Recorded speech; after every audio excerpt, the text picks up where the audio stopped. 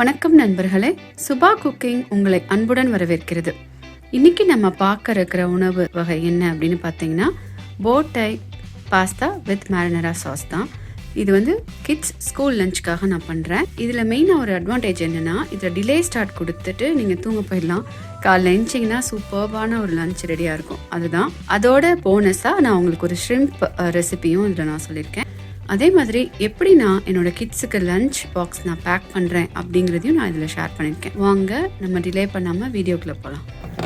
Frozen field shrimp இதை வந்து நான் டீஃப்ராஸ்ட் பண்ணி மேரினேட் பண்ணி வைக்க போகிறேன். நாளைக்கு நான் இதை தான் நான் வந்து ஸ்கூல் லஞ்ச் கொடுத்து விட போகிறேன். ஷ்ரிம்ப் வந்து நல்லா டீஃப்ராஸ்ட் ஆயிடுச்சு.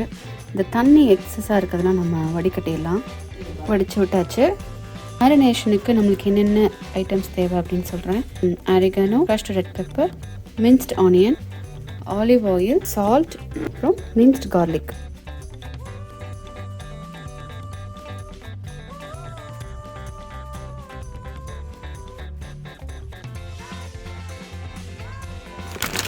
ஸோ நம்ம இதை ஃப்ரிட்ஜில் வச்சிடலாம் over night.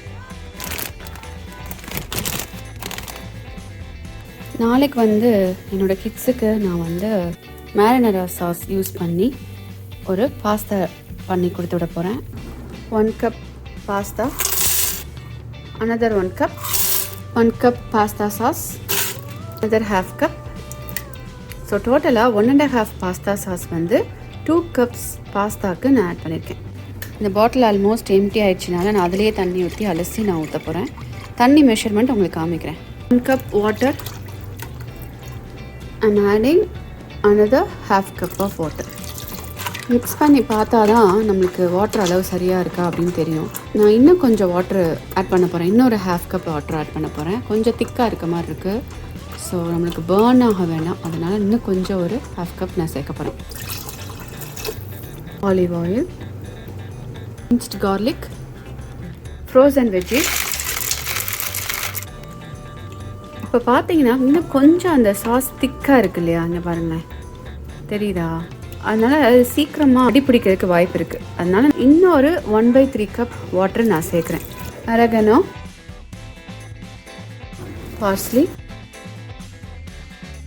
Phase, chilli flakes, rosemary, salt to taste வந்து அபவுட் ஒரு 2 டீஸ்பூன் சேர்த்துருப்பேன். 1/2 teaspoon black pepper powder, creamer கொஞ்சமாக விடுறேன்.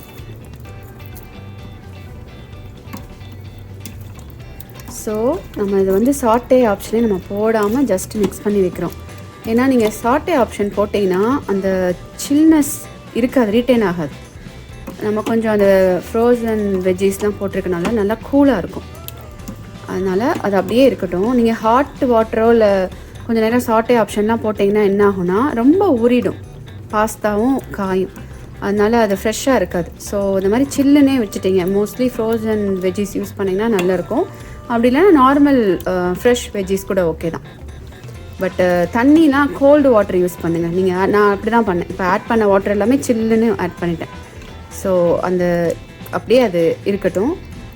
பார்த்தீங்கன்னா பியூட்டிஃபுல்லாக இருக்குது பாருங்கள் கலர். ஸோ நான் இப்போ ரைஸ் ஆப்ஷன் தான் போட போகிறேன். ரைஸ் ஆப்ஷன் தான் கொடுக்க போகிறேன். Delay start 5 hours. Next day early morning அது குக் ஆகிட்டே இருக்குது. இன்னும் கொஞ்சம் யார் உள்ள இருக்குது. அதுவே அப்படியே ஸ்லோவாக எல்லா ஸ்டீமும் அப்படியே அடங்கட்டும். அதுக்கப்புறம் நம்ம ஓப்பன் பண்ணலாம்.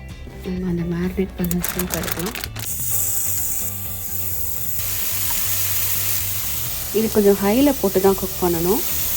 ஜஸ்ட் ஈச் சைடு வந்து ஒரு 2 to 3 minutes குக் ஆனால் போதும். 3 minutes ஆன உடனே நம்ம அதை திருப்பி விடலாம்.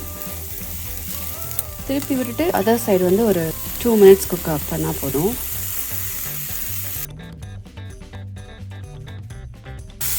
ஜஸ்ட் 2 minutes வச்சா போதும். 2 minutes ஆயிடுச்சு. இதுவும் குக் ஆயிடுச்சு. செகண்ட் பேட்ச் குக் ஆகிட்டுருக்கு. ஃபஸ்ட் ஒன்று எடுத்து இந்த 2 குட்டி ஸ்நாக் பாக்ஸில் நட்ஸு இதெல்லாம் எடுத்து வைக்க போகிறேன்.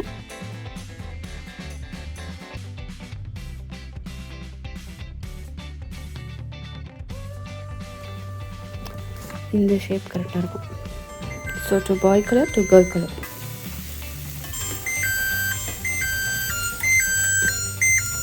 த்ரீ மினிட்ஸ் வச்சிடலாம்.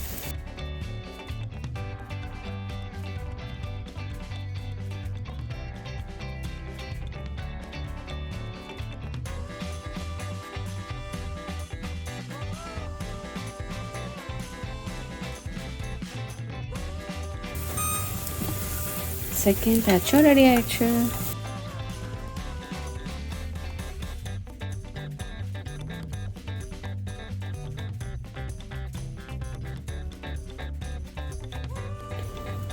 இப்போ இது ரெடி ஆயிடுச்சு, பார்ப்போம். சீலிங் ஆப்ஷனில் தாங்க போட்டேன், சொல்லணும்னு தெரில.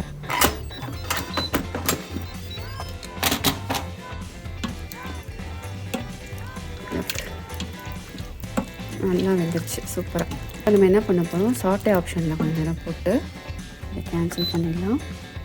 சாட்டே ஆப்ஷன் நார்மல் வேண்டாம், லெஸ்ஸில் வச்சுக்கலாம். பாஸ்தா சாட்டே ஆப்ஷனில் ஒரு 3 மினிட்ஸ் இருக்கட்டும். ரொம்ப தண்ணியாக இல்லை, பட் அது சாஸியாக இருக்குது, கரெக்டாக இருக்குது. ஆக்சுவலாக ரொம்ப நல்லாயிருக்கு, நல்லா வந்திருக்கு. கன்சிஸ்டன்சி ரொம்ப பிடிச்சிருக்கு. இந்த இன்ஸ்டன்ட் பாட்டில் எல்லா டிஷ்ஷஸுமே நல்லா வருது. ஆனால் இப்போது இப்படியே நீங்கள் எடுத்து கூட அப்படியே சர்வ் பண்ணலாங்க. ஆனால் இந்த மாதிரி டிஃபன் பாக்ஸாக இருந்தால் கொஞ்சம் இன்னும் வசதியாக இருக்கும். ஸோ நான் பாப்பாவுக்கு நான் ஸ்ட்ரைட்டாக அப்படியே தான் போட்டு வைக்க. அவளுக்கு லஞ்ச் பேக் வரலை, அதனால் நான் அவளுக்கு பழைய லஞ்ச் பாக்ஸ் தான் கொடுத்து வரேன். ஸோ இந்த மாதிரி லஞ்ச் பாக்ஸ்னு வச்சுக்கோங்களேன், அந்த சாஸ் வந்து அப்படியே ரொம்ப நேரம் அதில் ரீட்டைன் ஆகி ஜூஸியாக இருக்கும். பக்காவாக ரெடி ஆகிடுச்சு. இப்போ நம்ம லைட்டாக ஷ்ரெடட் சீஸ், பார்மஜான் சீஸ் போட்டு மூடி வச்சிடலாம். அவ்வளோதாங்க, 3 மினிட்ஸ் எல்லாம் அடிச்சிச்சு. ஸோ நம்ம சாஃப்டே ஆப்ஷனை கேன்சல் பண்ணிடலாம். வந்து சீஸ் கொஞ்சம் போடலாம். இது நான் வந்து அந்த ஹோல் கேக் மாதிரி கிடைக்கும்ல, அந்த சீஸை நான் வந்து வீட்டில் ஷ்ரெட் பண்ணி வச்சுருக்கேன்.